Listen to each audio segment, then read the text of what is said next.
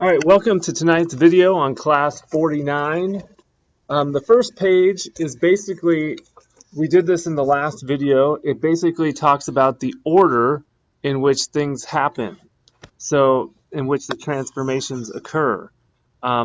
Horizontal stretch shrink first, reflection across the y-axis second, horizontal shift third, vertical stretch shrink fourth, reflection across the x-axis, then vertical shift. In that order. Now today, for this lesson, we're going to talk about this factoring the coefficient in front of the x first and how that does. So nothing is really new. This order is going to stay the same. We're just going to do a different type of problem than we did yesterday. So notice the function here is 12 minus 3x squared. So we know the base function here is the squaring function.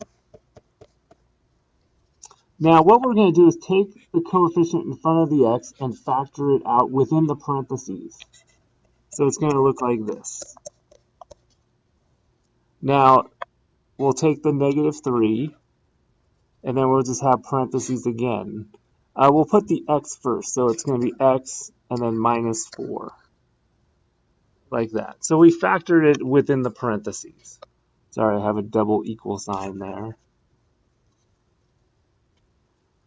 Alright, now this will help us to list the transformations. Let's first finish the graph of the base function. Here we have 0, 0, 1, 1,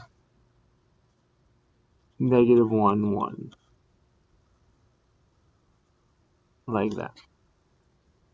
Now the transformations here. Well, first, since you're multiplying inside the parentheses by a 3, you're going to have a horizontal shrink.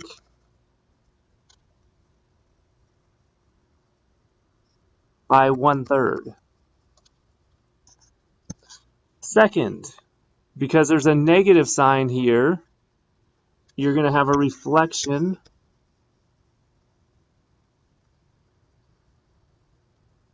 over the y-axis. Third, is there a horizontal shift? You are right, there is. Because notice you are subtracting 4 inside the function, which means there's a horizontal shift to the right 4.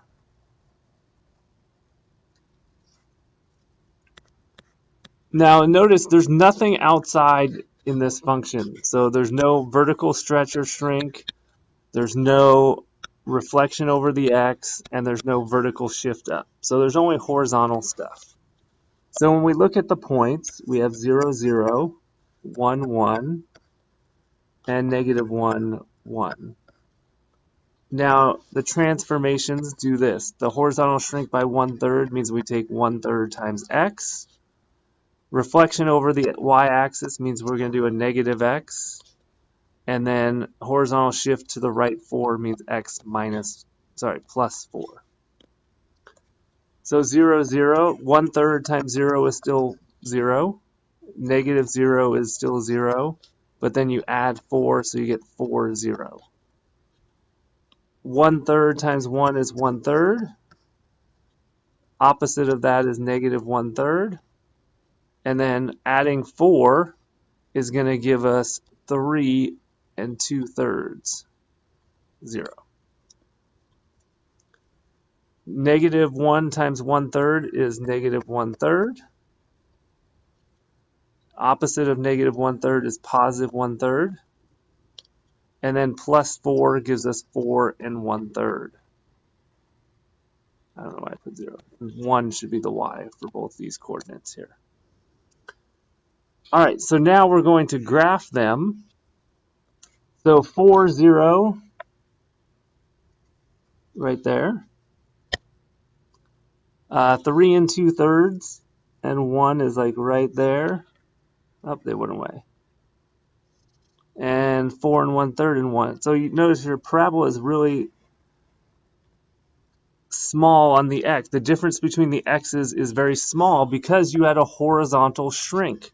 So the distance between the x coordinates shrunk by a factor of 1/3. Because normally, if you look at the original, the difference between the x's was 1 unit. Now it's only 1/3. So that's the concept of a horizontal shrink. Next example here, if we factor out the 2, notice we get 2 times x plus 3 halves. The base function is the square root.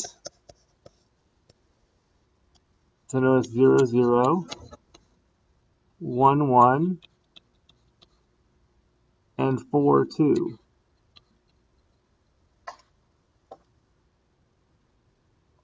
And there's our graph. The transformation, there is a horizontal shrink.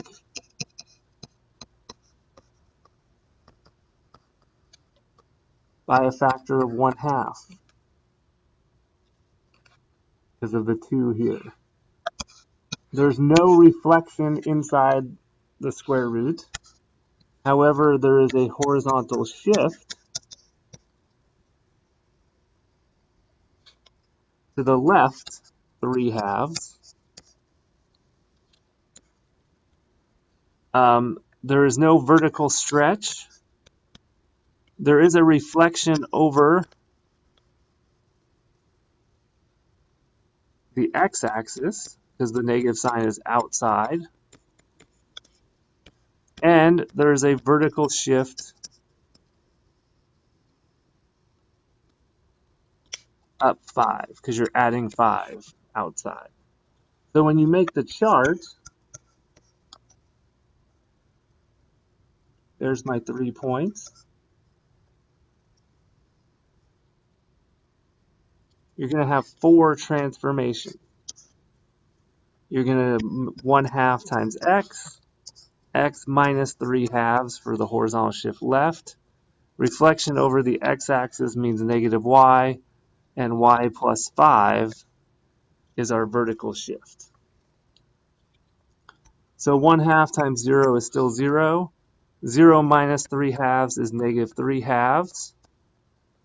The opposite of 0 for y is 0, but then plus 5 means it's negative 3 halves and 5. 1/2 of 1 is 1/2. 1/2 minus 3 halves is negative 1. And then the opposite of 1 for y is negative 1. But then when you add 5, you get positive 4. 1/2 of 4 is 2. Minus 3 halves, 2 minus 3 halves, that's 4 halves minus 3 halves is 1/2. And then opposite of y gives us negative 2. And plus 5 on y gives us positive 3. So there's our 3 points that we are going. All right, so when we graph, negative 3 halves is negative 1/2, up 5.